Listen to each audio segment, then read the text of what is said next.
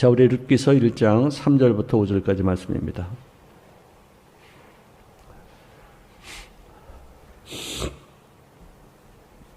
룻기서 1장 3절부터 4절 5절 말씀 우리 함께 읽겠습니다. 시작. 나오미의 남편 엘리멜렉이 죽고 나오미와 그 두 아들이 남았으며 그래서 그들이 아내를 맞이하였는데 하나의 이름은 오르바요 하나의 이름은 룻이더라. 그들이 거기에 거주한 지 10년쯤에 말론과 기련 두 사람이 다 죽고 그 여인은 두 아들과 남편의 뒤에 남았더라. 네.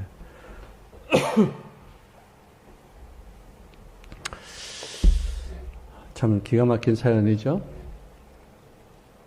남편을 잃고 나서 자식 둘이 장가를 갔는데 10년쯤 있다가 두 아들을 잃고 저는 세 과부가 남았어요. 믿는 사람들에게도 고난은 찾아온다. 예외 없이 찾아온다. 자, 그런데 왜 믿는 사람들에게 찾아오는 고난의 의미를 두느냐? 세상 사람들은 그것을 운명이라고 생각하고 그것을 재수없다, 팔자다, 또 역마살이 들었다, 또 아니면은 도화살이 들었다, 밤낮 이런 살이 있다고 그러고 전생에 무슨 원수가 되어서 이런 어떤 것으로 해석을 해요. 근데 예수 믿는 사람들에게는 그 속에도 하나님의 섭리가 있고 주님의 뜻이 있고 계획이 있다는 사실을 알고 있기에 그 고난을 올바르게 해석하고 그 고난을 올바르게 대처해서 정말로 하나님의 원하신 바의 모습으로 바뀔 수 있는 가능성이 그 고난 속에 있기 때문이라는 것이죠. 그래서 참 고난은 귀한 것입니다. 싫지만 힘들지만 좀 없었으면 좋겠지만 지나놓고 보니까 그 고난 때문에 내가 이렇게 변했구나. 고난 때문에 내가 하나님을 만났구나. 고난 때문에 내가 이렇게 사람이 됐구나. 뼈저리게 느껴지죠. 자, 신앙생활 하는 가운데서도 어떨 때는 예배를 드려도 기쁨이 없고 감격이 없어요. 성령의 임재를 체험하지 못한 사람들의 어떤 삶이 어떤 율법적으로 어떤 그 형식으로 어떤 기독교이기 때문에 교회를 다녀야 된다는 사명 때문에 신앙생활을 하는데요. 영적 성장이 잘 안 되죠. 오히려 말씀 읽기가 싫어지고요. 기도의 문이 꽉 닫혀버리고. 이걸 우리가 또 신앙생활의 흉년이라 이렇게 말할 수 있어요. 될 대로 되라고 포기해버리는 그런 불들이 있습니다. 그냥 왔다 갔다.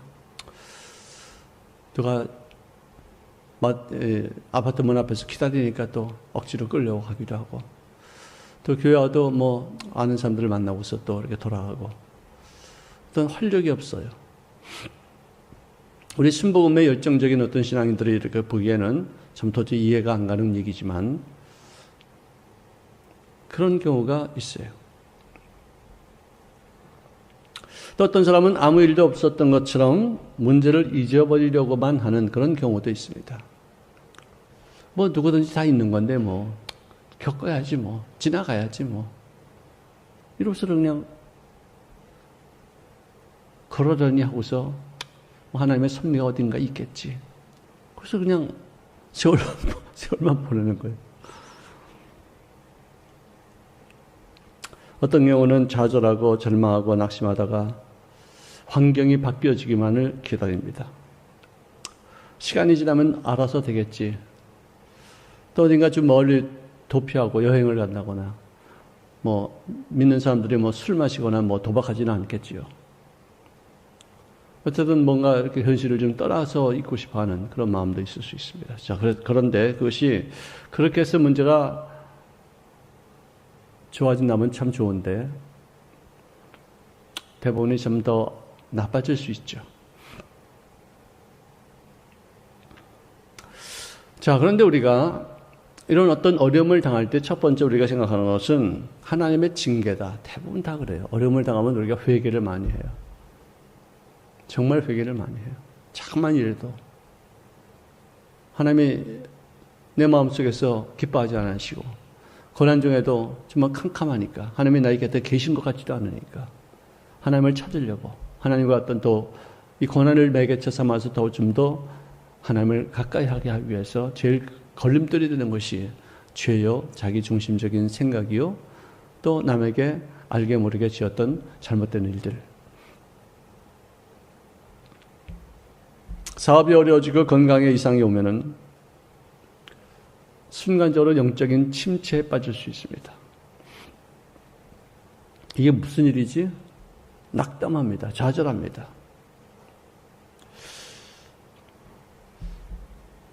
예수 믿는 사람도 어떤 사람은 자살해요.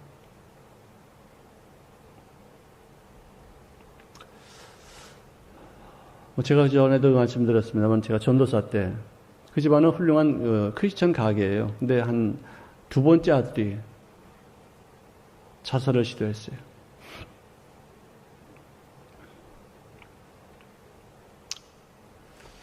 제가 가서 기도하는데, 이제 뭐 좋아하죠. 의식도 없는데. 그런데 가서 기도하는데 그분이 의식이 약간 들어오더니, 하나님 죄송합니다. 미안합니다. 잘못했습니다. 내가 이렇게 하는 게 아닌데 내가 하나님 막 바라보지 못했습니다. 막 회개하더니 그 다음에 좀 있다가 세상을 뜨더라고요. 그래서 나는 자살하고도 구원받는 사람을 내가 봤어요. 그렇지만 굉장히 희박하죠. 나도 자살하고 죽기 직전에 회개하고 지옥은 가지 않을 거다. 천만의 말씀. 그런 경우는 거의 없어요. 정말 부모님들의 기도가 많았었는지, 아니면 그 아이가 순간적인 어떤 착오에서 마귀에게 이렇게 잡혀서 유혹받아가지고 그런 어떤 결단을 했는지 알 수는 없어요. 여러분들, 자살은 내가 나를 죽였기 때문에 지옥 가는 게 아니라 회개할 기회가 없기 때문에 지옥 가는 거예요.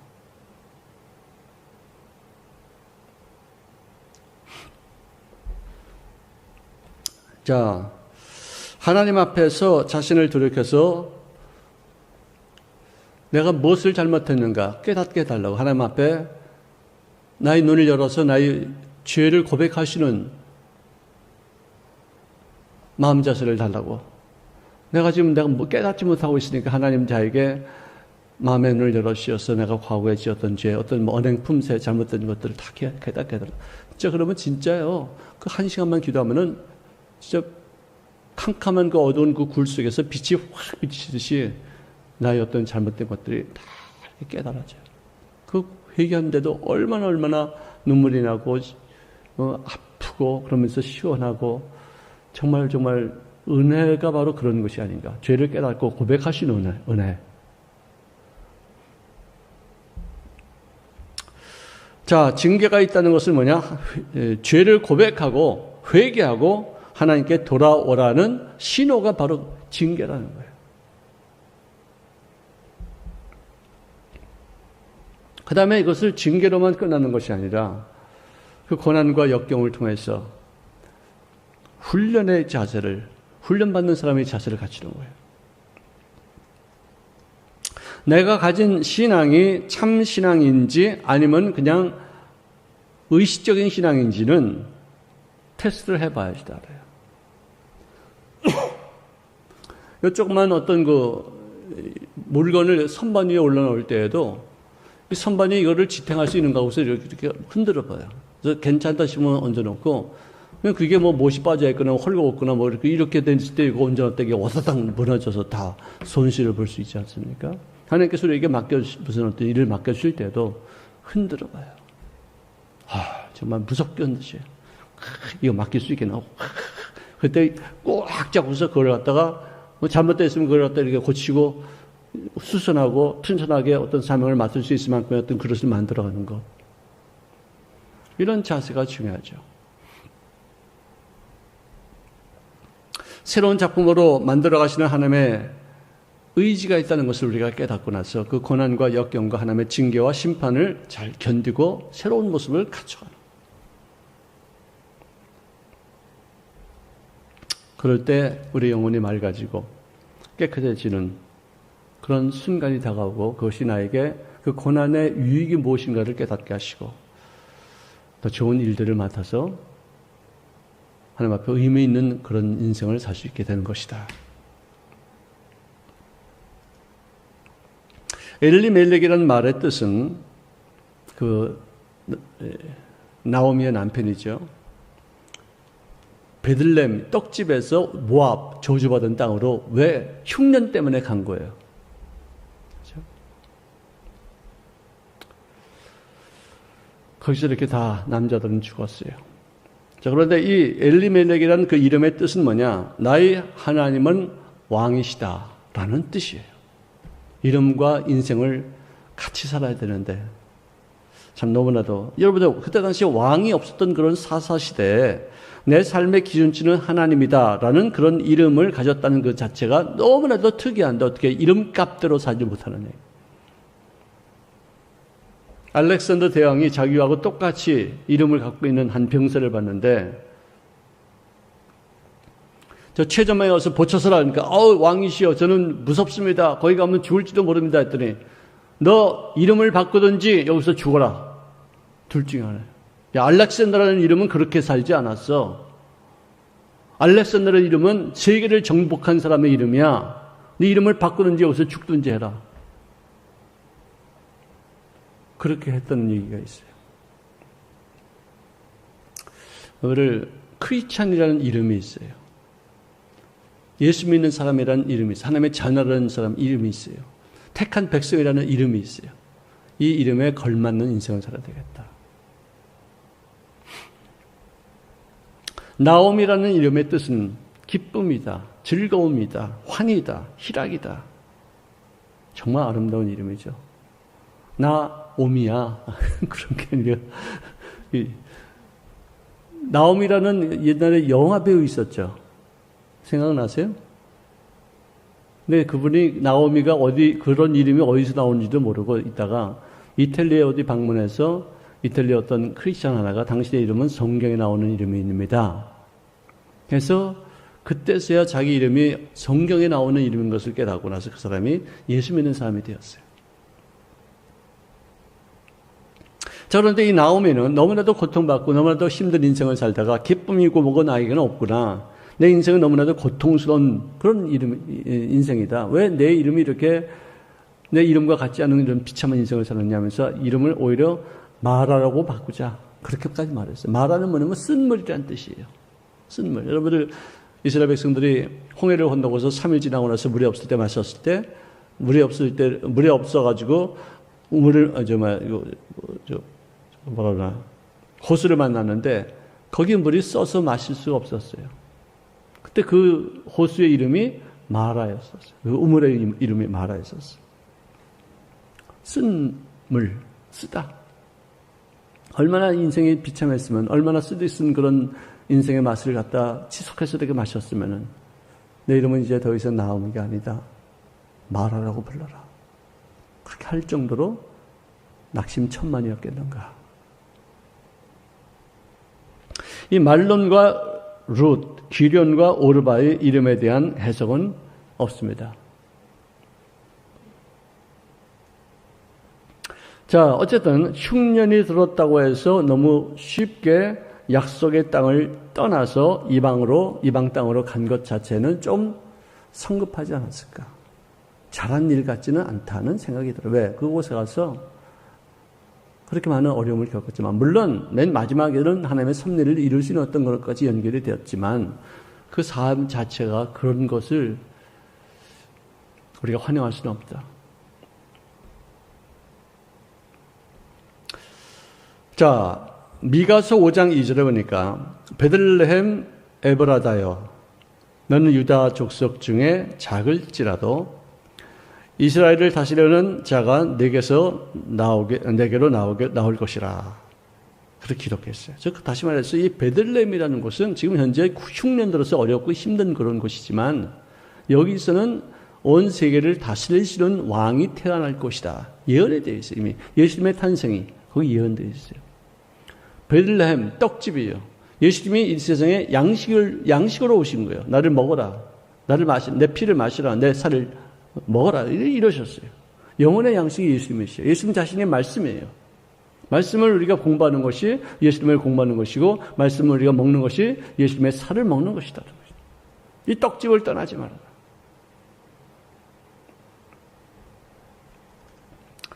자, 그런데 이 기근을 피해서 도망간 그 땅에 10여 년을 살았는데 남편 셋 모두가 다 죽었습니다. 하나님의 벌일까? 너무 잔인한 해석일까? 어떻게 해서 몇 살에 죽었는지 설명은 없습니다. 여러분들 이번에 우리 교회 확진자 하나가 지나갔어요. 그때 정말 너무나도 충격 많이 받았고 너무나도 고통 많이 받았고 제가 2주일 동안 진짜 인사불성이었었어요. 우리 교회가 미치는 영향력, 여기서 이 확진자가 2명, 3명 이렇게 나타났을 때 한국 교계 우리 순복음 이 교단에 미치는 영향력이 얼마나 큰 것인가 정말 너무나도 고통스러웠었어요. 그런데 어떤 분이 저한테 전화가 와서 어떻게 교회를 관리했기에 그런 사람이 나오냐 이거예요. 하나님의 천벌이고 심판하느냐. 정말 힘들더라고요. 나를 책망하고 야단치고 막 비난하고 조소하고 앞으로 더 큰 재앙이 있을 것이라고 막 엄포를 놓고.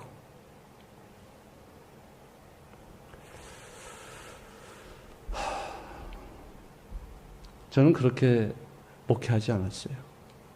어떤 분이 진짜 하나님 앞에 심판받고 정말 재앙을 받았다 할지라도 용기 있게 그것을 헤쳐나가자 말했지 당신 하나님 앞에 징계받았다 그런 말 한 적이 없어요.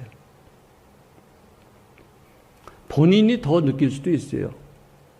그래서 그것 때문에 정말 이제는 벌써 한 5월 30일 날 그렇게 있었으니까 6월달, 7월달 이 2달 반 정도가 지나갔어요. 2달 정도 지났어요. 그 사이에 얼마나 많은 고통이 있었고 얼마나 괴로움이 있었는데 말 한마디라도 우리 교회에게 위로해주고 격려해주고 잘 이제 될 겁니다. 격려 잘해보십시다. 이렇게 해야지. 그냥 정죄하고 심판하고 저주를 품고 책망하고 난 정말 그런 모습이 여러분들이 당하지 않고 내가 당한 게 참 다행이다 생각이 들었지만 어떻게 그럴 수가 있을까? 정말 가슴이 아프더라고요.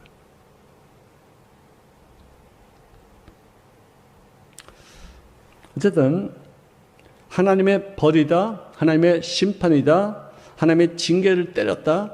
사실 그렇다 하더라도 그런 말을 표현하지 않는 것이 좋겠다는 생각이에요. 너무 잔인하게 사람들을 몰아세울 이유는 없다는 거예요. 그 당한 사람이 가장 아프고 힘들고 괴로운 거예요. 여러분들 그 확진자 그분은 죄책감이 얼마나 많은 줄 아세요?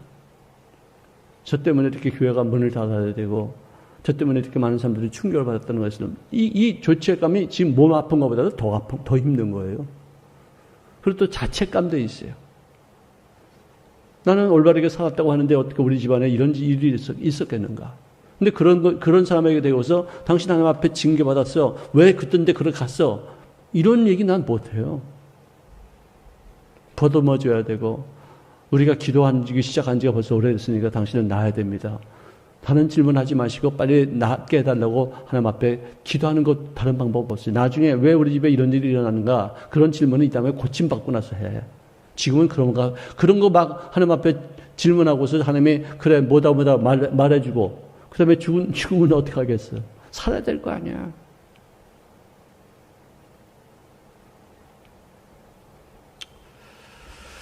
자, 결국 과부가 되어서 남겨진 시어머니와 젊은 두 며느리가 다 청상 과부가 됐어요. 이들이 당한 이 고통이 이것이 그들의 생애의 초점이 아니라 이 고통을 통해서 하나님과 어떤 관계를 맺는 것 그것이 초점이 되어야 되는데 고통에다 초점을 맞추니까 징계가 되고 심판이 되고 정죄가 되고 그 사람을 비판하고 판단하게 되는 것이죠.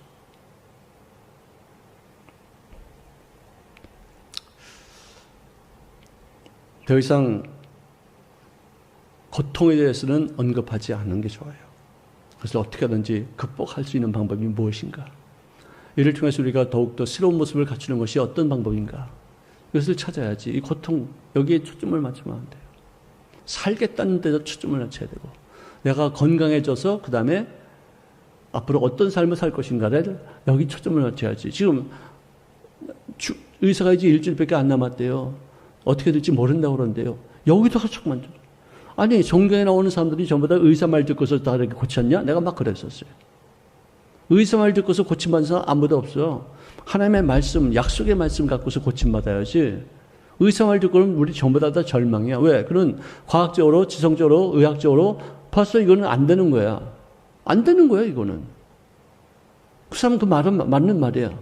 그러면 하나님한테, 하나님이 우리에게 주신 약속은 안 되는 것을 되게 하시는 하나님이시고, 병든 자를 고치는 분이 하나님이시고, 죽을 사람을 살리는 것이 하나님이신데, 여기다가 초점을 맞춰야지. 왜 정말 안 된다고 이렇게 말하는 것, 죽는다고 말하는 거, 거기다 초점 맞추고서 두려워하고, 무서워하고, 죄책감에, 자책감에, 그 정죄감에 이렇게 시달리죠.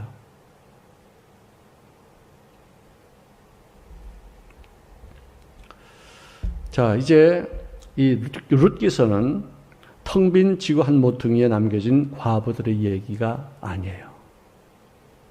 하나님이 하시는 일들을 이제 기대하는 그런 순서가 왔어요. 우리 인생도 고난에 초점을 맞추지 말고 이 고난을 허락하신 하나님과 그가 이 고난을 통해서 우리가 어떤 모습으로 바뀌어지기를 원하시는 것인가, 이게 초점을 놓는 거예요. 아멘. 자, 기도하겠습니다. 사랑하시는 주님 고맙습니다. 버려진 인생들이 하나님을 찾음으로 인해서 새로운 인생길을 택할 수 있다는 사실을 깨닫게 오셨사오니 감사합니다. 고난과 역경과 징계에 초점을 맞추지 않게 도와주시옵시고 그를 통해서 하나님을 더욱더 가까이 하게 하시는 귀한 은총을 얻으시는 줄을 되어지기를 간절히 바랍니다. 주님, 우리 주변에도 고난받는 인생들을 품어주고 위로해주고 격려해주고 그들이 그것을 이겨나가서 더욱 하나님 보시기에 합당한 모습으로 변화되고 성장되어지기까지 도움이 되는 저를 생애가 되어지게 하여 주시옵소서. 예수님의 이름으로 기도합니다. 아멘.